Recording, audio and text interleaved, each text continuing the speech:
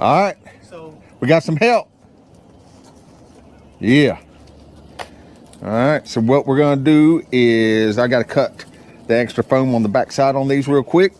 And then we're going to kind of set them close to position and do a little bit of quick adjustments. And then we're going to start with the second row. So while I do that, Quincy and Josh can do what what Josh and I were doing yesterday, which is go ahead and be putting boards on the back of these so that they'll be ready to stack on the next row.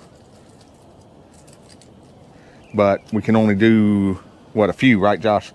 And then we'll have to decide our cuts. But, I mean, it shouldn't take me long to cut the foam, so that'll probably be about right.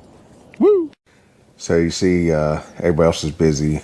I'm apparently returning texts and emails and stuff. But, so that's kind of the process. You bring in the foam that we've already put together earlier. You attach the wood. And then you set them on. Oh, it fell over. Josh got you. So this is just repetition.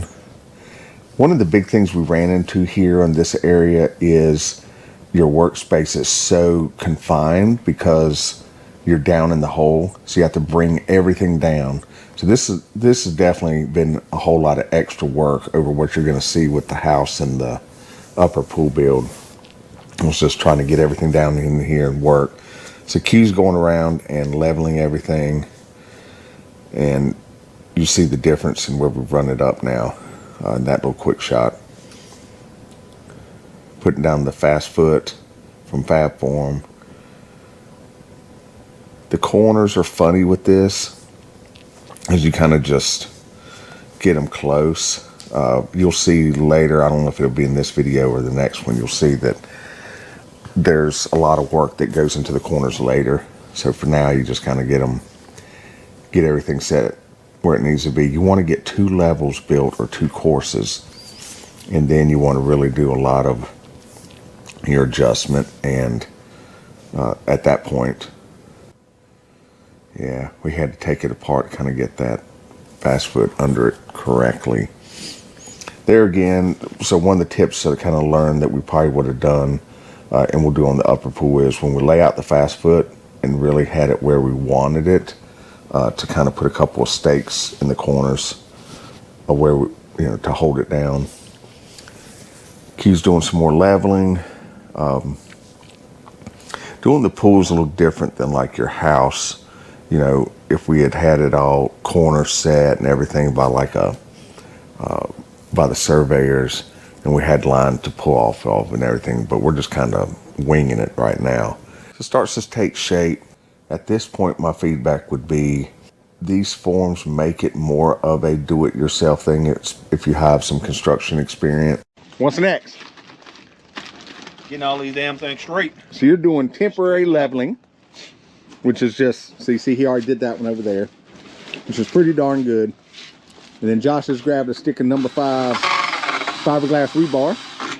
So we're gonna put that in. We just checked our little corner piece. We'll stick that in there and keep going around, right? But it is, versus you're not gonna do a gunite pool probably on your own, right? This makes it doable, but over the next couple videos, because this is about, as far as footage I have, this is a couple videos back in footage wise, and you're gonna see that there's a lot of little nuances and everything that have to happen. So lots of phone calls to Aaron. He's a great resource. If you're just coming into the videos, he's the guy with All3Pools that kind of came up, one of them that came up with this concept of really turning it into a kit form. So you can order everything, it comes in one truck, and then you got everything to build your pool. So if I was building like the upper pool, when you get into that, if I was building something that was more straightforward, like a 20 by 40, it would have been a lot easier, of course, but I don't know how to do anything easy apparently. What was I doing? Oh, we were using the board, just kind of getting an idea of how far off this. I was measuring with a laser from the upper pool down to see kind of how far off we were and make sure we didn't need to go back more. This is James trying to dig the hole to where we're going to move the deep well to, or the dry well. So we're going to have like a permanent well. based on things you'll see in the next video, I'm pretty confident that Chris is going to be able to get this water stopped. It is coming from the pond because of that burn pit, but we're not going to do any more with that until the pool is up and poured and backfilled and kind of solid. And then there's an area that's going to get dug out. But yeah, James could only get like a foot in the ground. I gave him a lot of crap about it. James is a good sport. He's been helping me with things for, I don't know, 7-8 years. And yeah, I give him a lot of crap, but that's if you've ever worked with a crew and guys working together, that's kind of what we do. So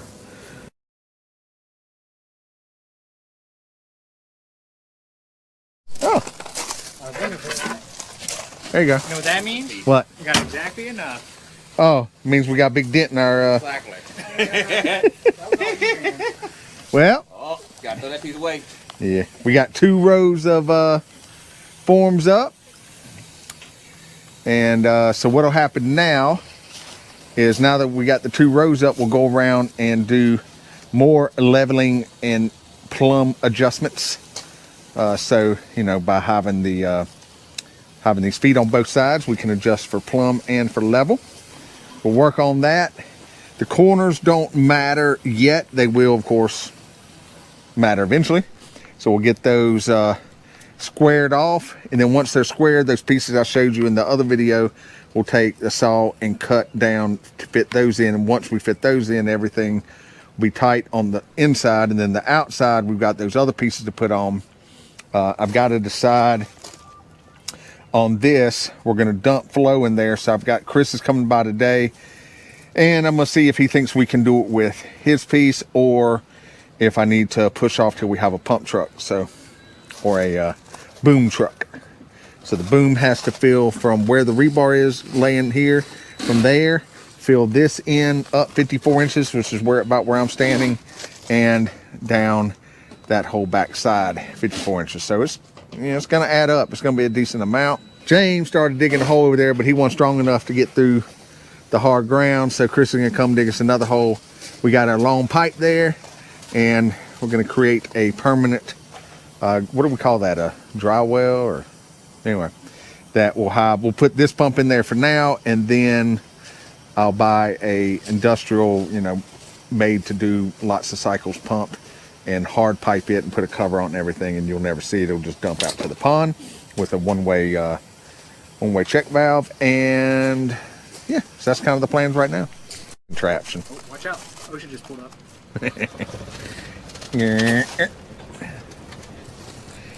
Up Over. and over. Oh, yeah, that's great. Okay. Whoa! Oh! Oh! Get you next lead. I was getting ready to say it. All right, so of course we start getting rained on. So once that's poured, we'll have a gap here. So this will have fill in it, so you'll be able to lean a ladder here or set here, and then you'll be able to get off and stand right there and walk in, or right here. So it won't be as crazy as it is right now.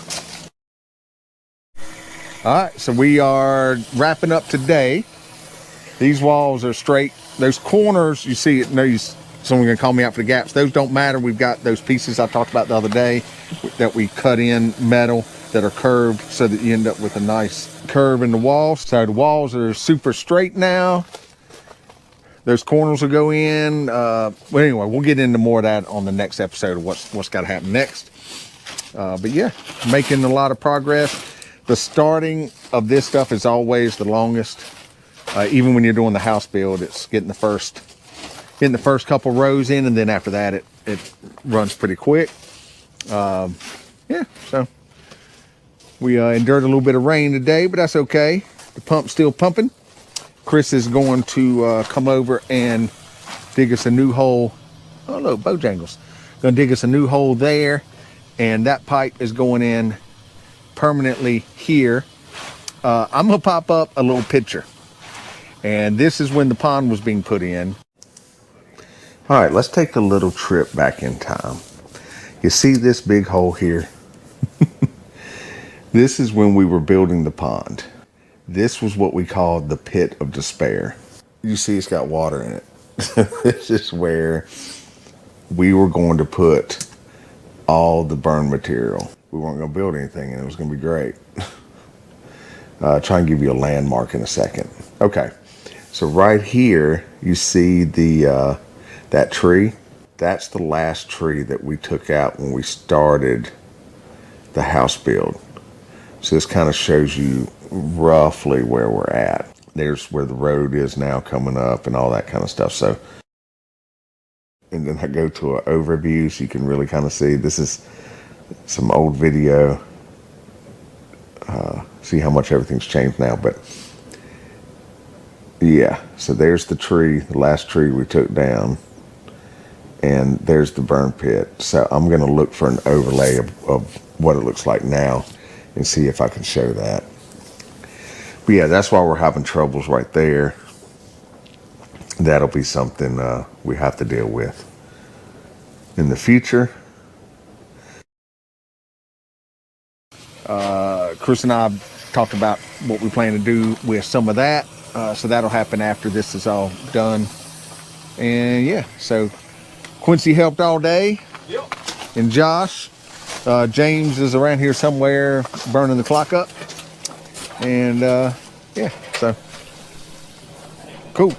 Might try to fly the drone, but I don't know if I'm gonna mess with the weather. We'll see. But if I don't, then this is the end of the video. And if I do fly the drone, well, you're getting ready to see it.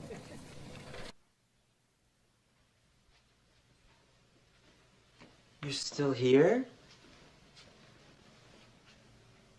It's over. Go home.